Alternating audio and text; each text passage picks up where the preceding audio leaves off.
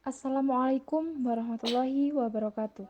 Perkenalkan, kami dari kelompok 1 yang beranggotakan rekan saya, Yohanes Eko Prasetyo, NIM 1902110002, dan saya sendiri, Cindy Ardila Yuliarisma, NIM 1902110018. Di sini kami akan mempresentasikan tentang pengolahan sarana dan prasarana pendidikan yang mencakup 4 poin. Yang pertama, pengertian dan ruang lingkup.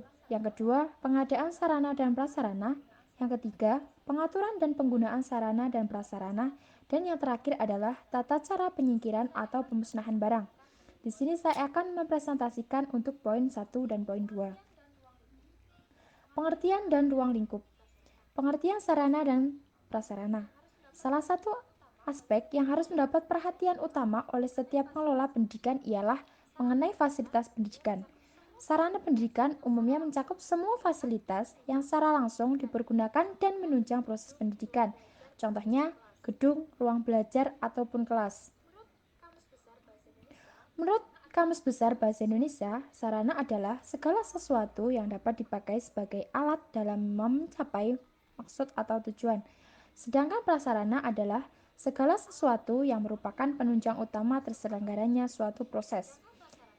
Jadi, yang dimaksud manajemen sarana dan prasarana adalah kegiatan pengolahan sarana dan prasarana yang dilakukan oleh sekolah dalam upaya menunjang seluruh kegiatan, baik kegiatan pembelajaran maupun kegiatan lain, sehingga seluruh kegiatan berjalan dengan lancar. Yang kedua, ruang lingkup sarana dan prasarana.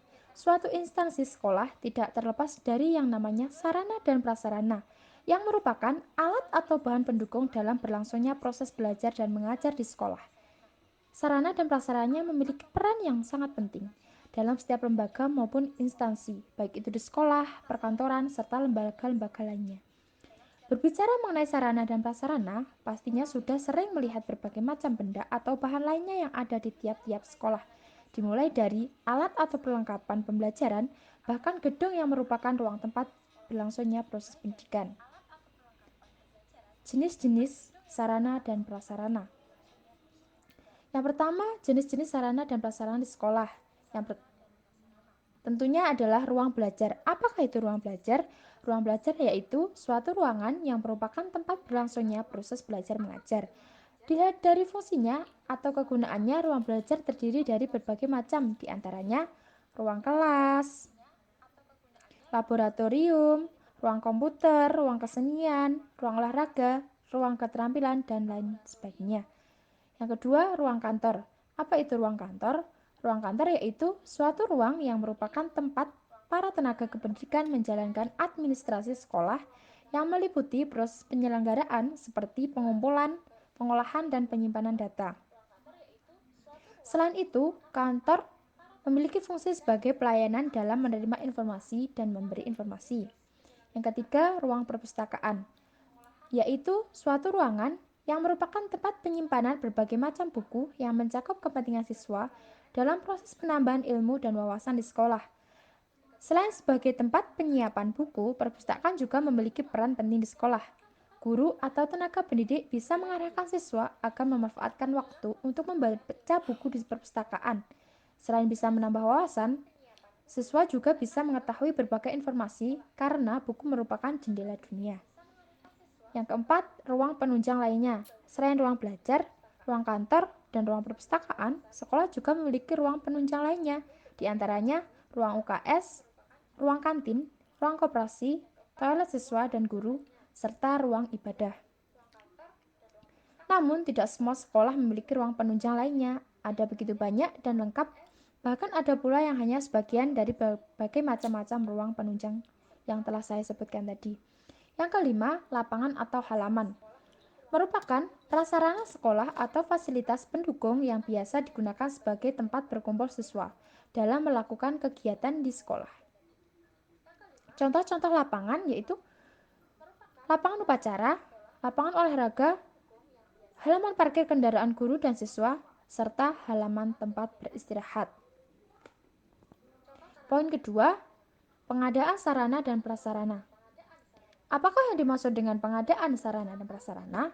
yaitu serangkaian kegiatan menyediakan berbagai jenis sarana dan prasarana pendidikan sesuai dengan kebutuhan untuk mencapai tujuan pendidikan. Kebutuhan sarana dan prasarana dapat berkaitan dengan jenis spesifikasi, jumlah, waktu, tempat, harga, serta sumber yang dapat dipertanggungjawabkan. Pengadaan dilakukan sebagai bentuk realisasi atas perencanaan yang telah dilakukan sebelumnya. Tujuannya untuk menunjang proses pendidikan agar berjalan efektif serta efisien sesuai dengan tujuan yang diinginkan. Kemudian, tata cara pengadaan sarana dan prasarana pendidikan.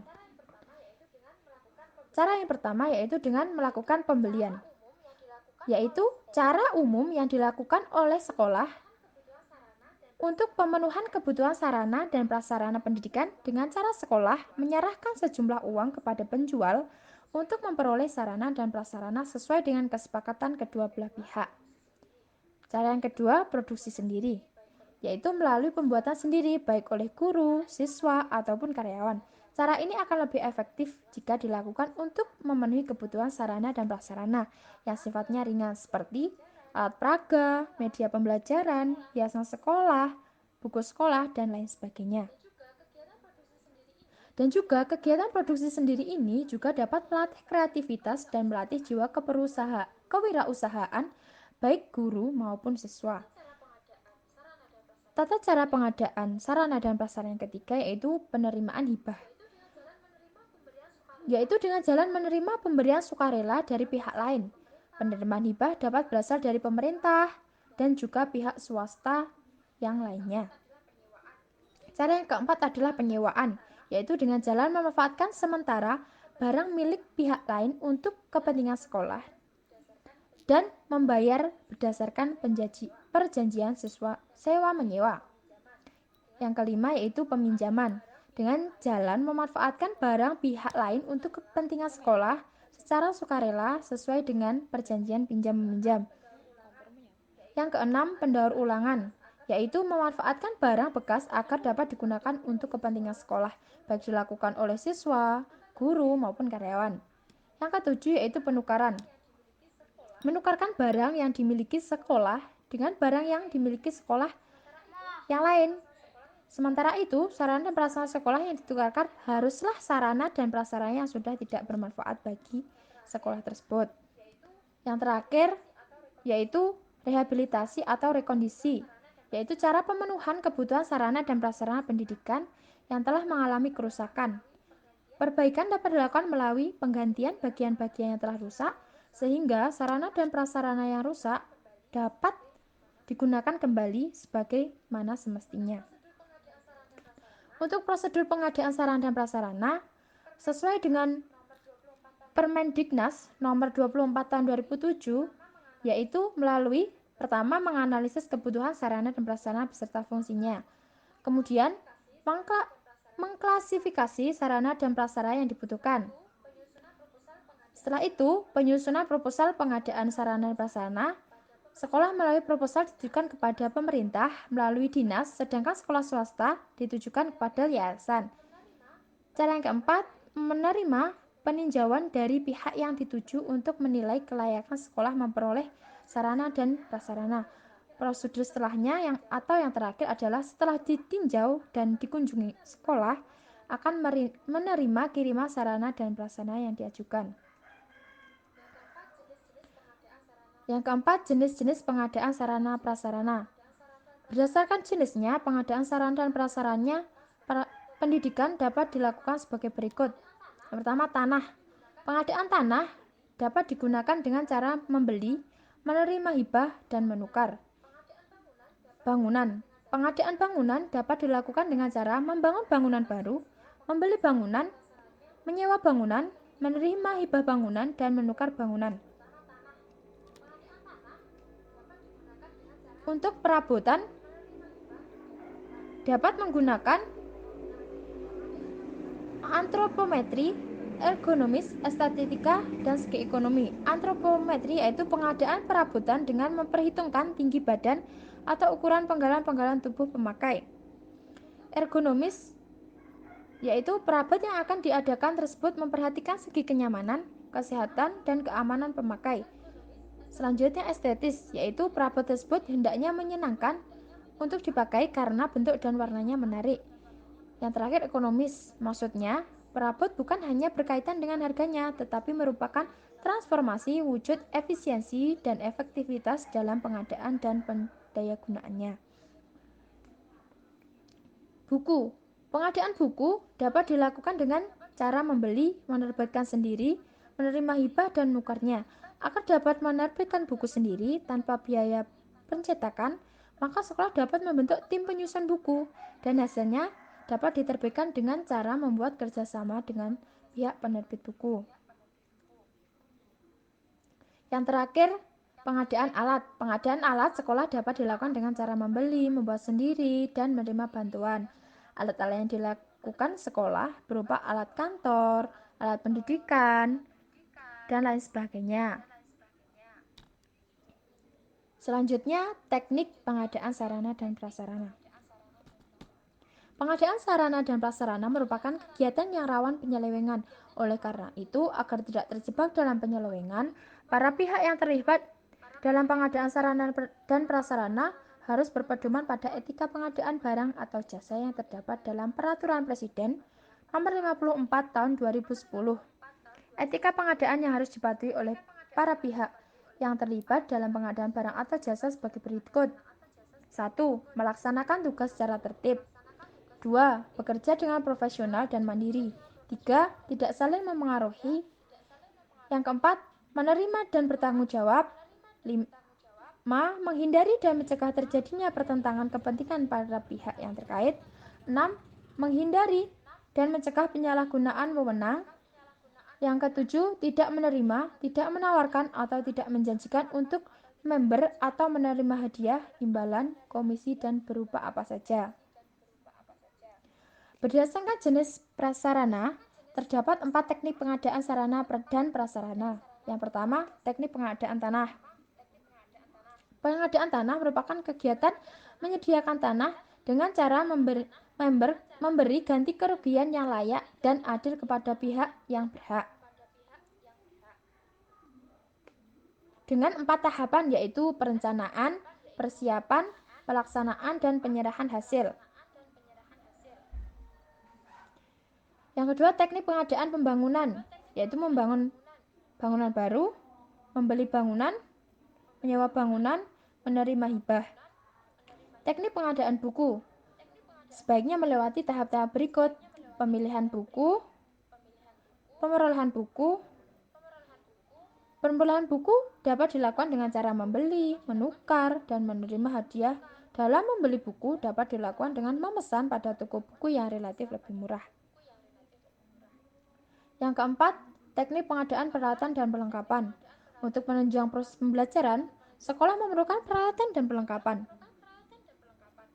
Teknik pengadaan peralatan dan perlengkapan dapat dilakukan dengan cara membeli, membuat sendiri, dan menerima bantuan. Selanjutnya untuk poin C dan D akan dilanjutkan atau dipresentasikan oleh saudara saya, yaitu Yohanes Eko Prasetyo. Waktunya saya persilahkan. Saya Yohanes Eko Prasetyo dengan nomor NIM 19021110002 akan melanjutkan penjelasan dari Saudari Cindy berkaitan tentang materi kita hari ini, yakni pengelolaan sarana dan prasarana pendidikan. Kita memasuki subbab materi kita yang ketiga, yakni pengaturan dan penggunaan sarana prasarana. Pengaturan dan penggunaan sarana dan prasarana merupakan dua kegiatan yang tidak dapat dipisahkan karena dilakukan secara beriringan. Pengaturan dan penggunaan sarana prasarana adalah segala jenis pemanfaat barang sesuai dengan kebutuhan secara efisien dan efektif. Sehubung dengan adanya hal-hal tersebut, maka sarana dapat dikategorikan menjadi dua kategori.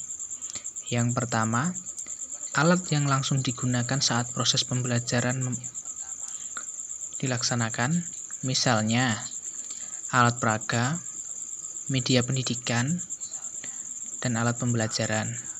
Dan yang kedua, alat yang tidak langsung terlibat dalam proses belajar mengajar, misalkan perabotan UKS, meja belajar, meja kelas, kursi kelas, dan lain sebagainya.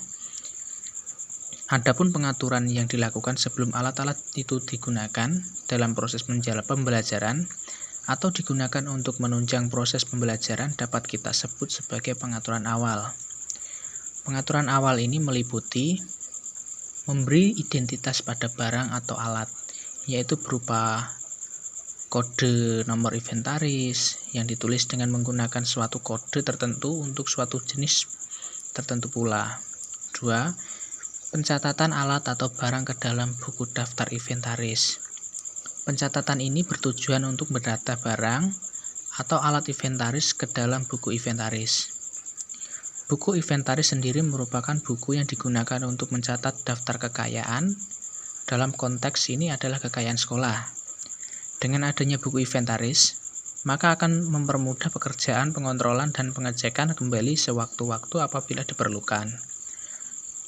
Buku inventaris berisi kolom-kolom untuk mencatat nomor urut, nama alat, atau bahan, tetapi sebaiknya dipisah antar kolomnya.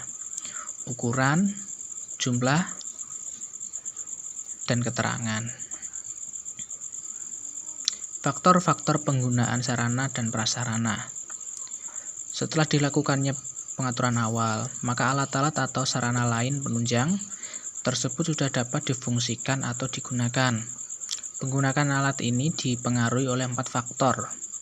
Faktor yang pertama adalah jumlah alat, yang kedua adalah jumlah kelas, dan yang ketiga jumlah siswa tiap kelas, yang keempat banyak ruangan di sekolahan. Yang ketiga, aturan umum penggunaan sarana prasarana sekolah. Mengingat adanya beberapa faktor tersebut yang sudah kita bahas sebelumnya dan pola pengaturan alat pelajaran, sentralisasi atau desentralisasi, maka secara umum dapat diatur sebagai berikut. Di antaranya alat pelajaran untuk kelas tertentu. Alat hanya digunakan untuk kelas tertentu atau secara khusus sesuai aturan atau kurikulum yang berlaku.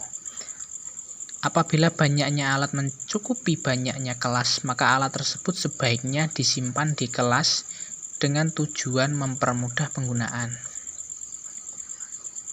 Alat pelajaran untuk beberapa kelas. Apabila banyak alat belum mencukupi kebutuhan semua kelas, maka alat-alat tersebut akan digunakan bergantian sesuai dengan ketentuan. Dengan opsi alat pelajaran diangkut ke kelas yang membutuhkan, atau alat kelas disimpan di ruangan tertentu atau ruangan khusus, dan siswa berjalan menghampiri ruangan tersebut atau mendatangi ruangan tersebut. Yang ketiga, alat pelajaran untuk semua siswa. Penggunaan alat pelajaran untuk semua kelas dapat dilakukan dengan membawa ke kelas yang membutuhkan secara bergantian atau siswa akan menggunakan mendatangi ruangan tersebut. Hampir sama dengan poin sebelumnya.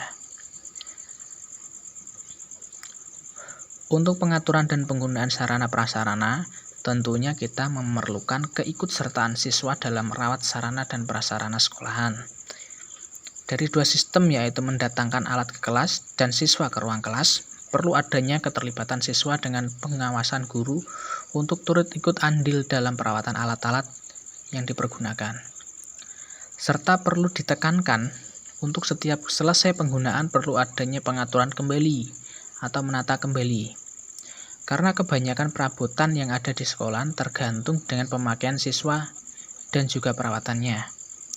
Oleh karena itu, mengikut sertakan anak peserta didik atau siswa dalam pemeliharaan dan pengaturan kembali memberikan beberapa manfaat yang sangat berguna, diantaranya melatih peserta didik untuk bertanggung jawab menggunakan alat dan sarana yang di sekolahan atau yang disediakan oleh sekolah.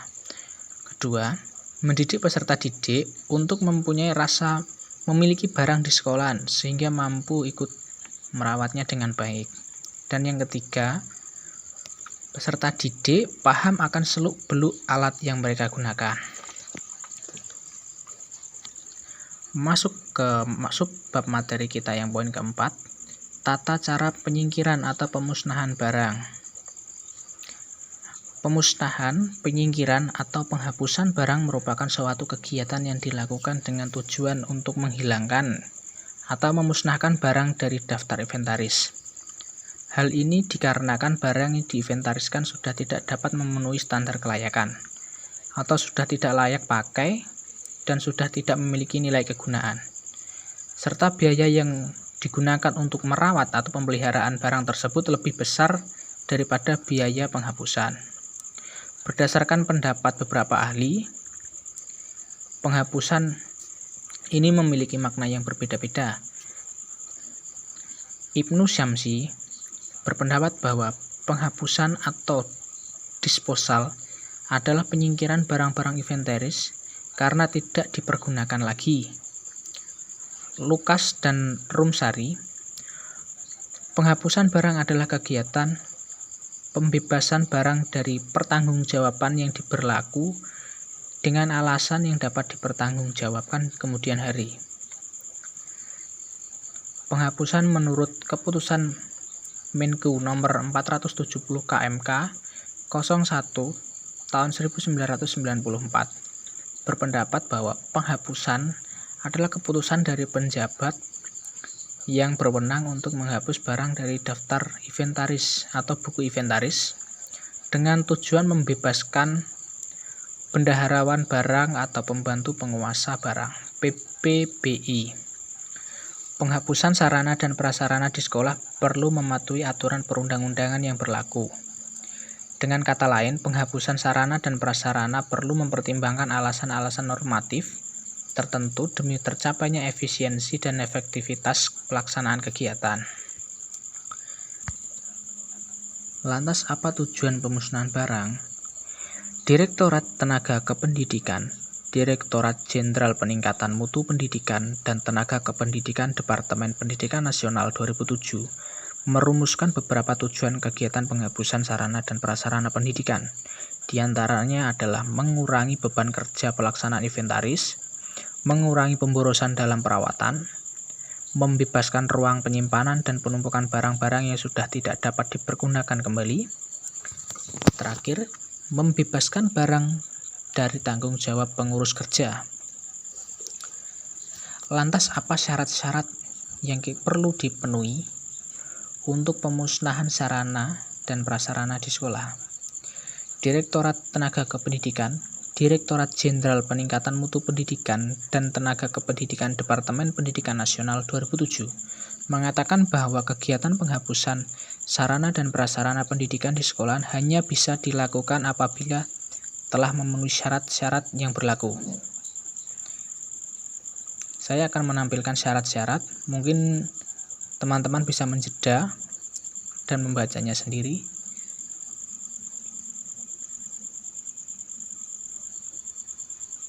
Kita lanjutkan. Dalam proses pemusnahan atau penyingkiran barang ada dua prosedur yang perlu diperhatikan, yakni penghapusan melalui lelang atau melalui pemusnahan. Lelang merupakan penghapusan sarana dan prasarana dengan menjual barang.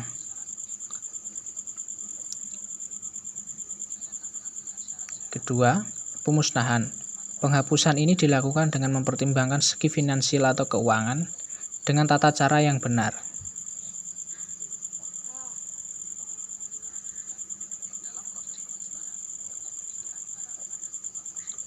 Poin terakhir dalam materi ini yakni tata cara penghapusan sarana prasarana. Tata cara penghapusan sarana dan prasarana yang perlu diperhatikan dengan betul yakni yang pertama, penghapusan barang yang rusak, tua atau lebih. Kedua, penghapusan barang yang hilang, dicuri, dirampok atau diselewengkan. Yang ketiga adalah penghapusan barang karena bencana alam. Tata caranya akan kami sajikan pada video. Mungkin rekan-rekan bisa membaca secara mandiri dengan menjeda video kami. saat kita menampilkan tata caranya. Demikian yang bisa kami sampaikan dari kelompok 1. Apabila ada kesalahan kata atau bagaimana, kami mohon maaf. Sekian yang dapat kami sampaikan. Terima kasih.